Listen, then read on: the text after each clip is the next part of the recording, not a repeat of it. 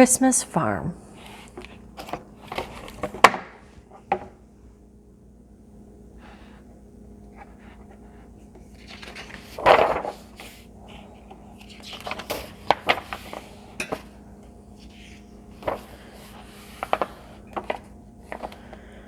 Wilma had grown petunias and sunflowers for years.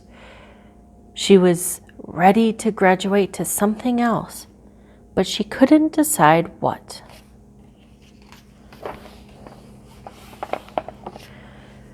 When snow fell on the last sunflower stalks, Wilma still didn't know how to make her garden different next year, and now there was Christmas to think of. On her back hill, Wilma had looked in July for the right tree to cut in December. Her Christmas began when she went for the one she had chosen and brought it home to her parlor.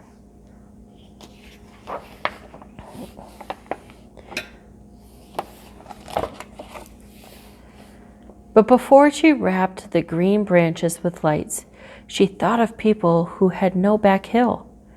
Where would they find such a fine tree? Then Wilma knew. She knew what to plant instead of petunias. She needed a shovel, string, scissors, time. She needed good brown earth. She had them all.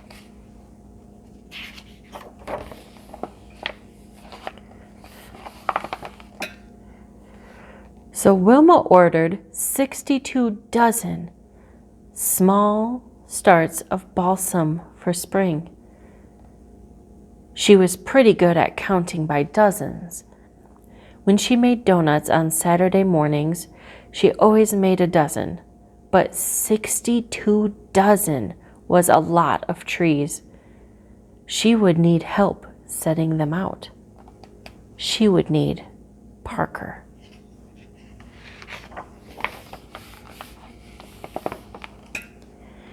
Parker lived next door.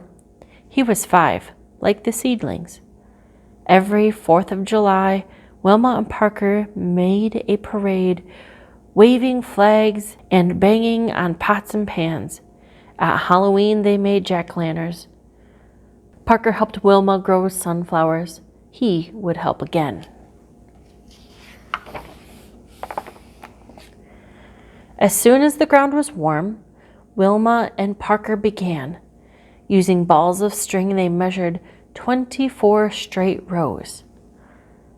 Then they dug 62 dozen holes, and they planted 62 dozen trees. 744 trees.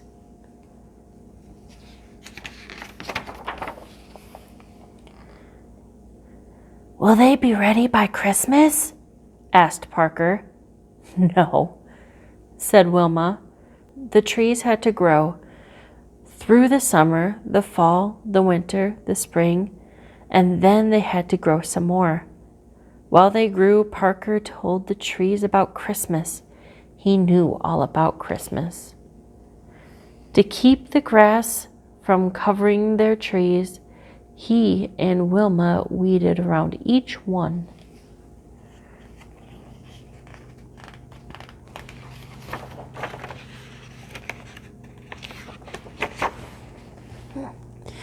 Then October's leaves blew across the trees, and November's snow began to fall. Before winter's end, some of the trees were lost to mice that ate their stems and roots, but 719 remained. The young trees woke with the spring, and again Wilma and Parker weeded around them, and Parker told them things. Now that he was 6, he knew even more than when he was 5.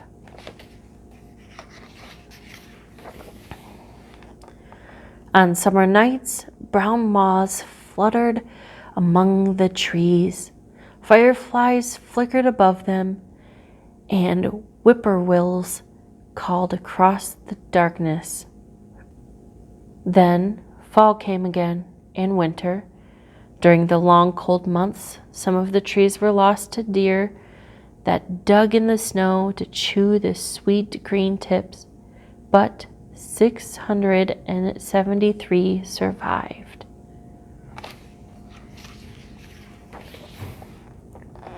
When Parker came to help with spring chores, Wilma had been shopping for a tractor.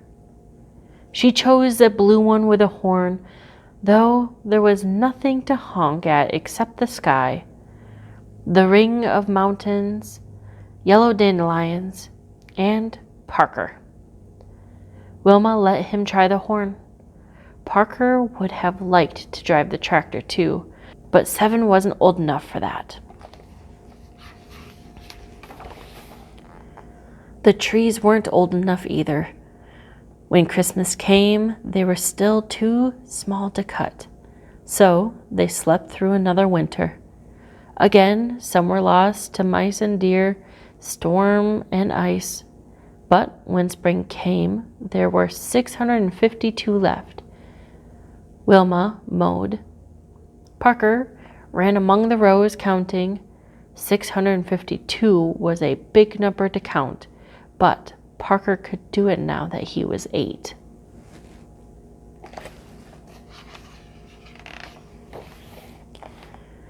That summer the trees were 9. It was time to shape them. Wilma and Parker worked together. Now that he was 9, Parker could reach almost as high as Wilma. Some of the trees they left as their branches had grown for people who like trees that way. The rest they trimmed round and round for people who liked them that way. Soon the trees would be Christmas trees. One more winter, the trees slept under snow. Only 2 were lost to ice, 11 to moose, and 7 to deer, but 597 remain. It was a busy spring for the boy and for the trees turning 10. Parker and Wilma painted a sign. It said Christmas Farm. Then they built a stand, and they bought tags, 50 dozen. At the end of summer, they put up a second sign. It said trees for sale. Some people came in August to choose a tree and tag it. Some came in October. More came in November.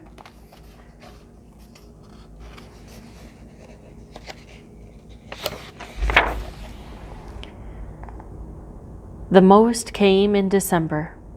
All month, Wilma and Parker were cutting and carrying and sledding trees and making change from the money box. They sold 356 trees. Then a family who had a Christmas tree lot in the city came and bought another 210, filling their big red truck to the top.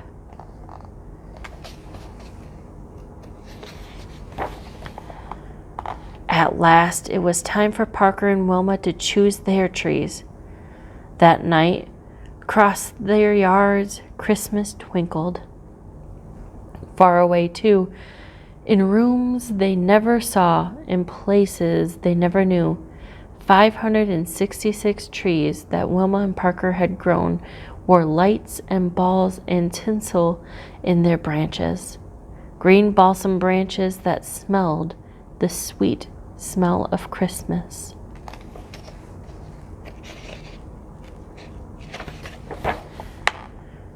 Back on the hill, the 29 trees that weren't chosen began winter again. Parker told them they would grow tallest for people who wanted tall trees next year. By spring, new green would appear where each cut tree had been. One tiny sprout would become a new trunk.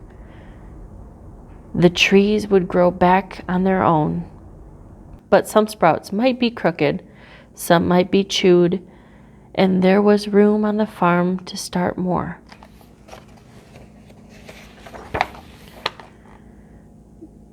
So one Saturday night, each eating a donut, Wilma and Parker filled out their order for 83 dozen new seedlings. Then they waited for spring.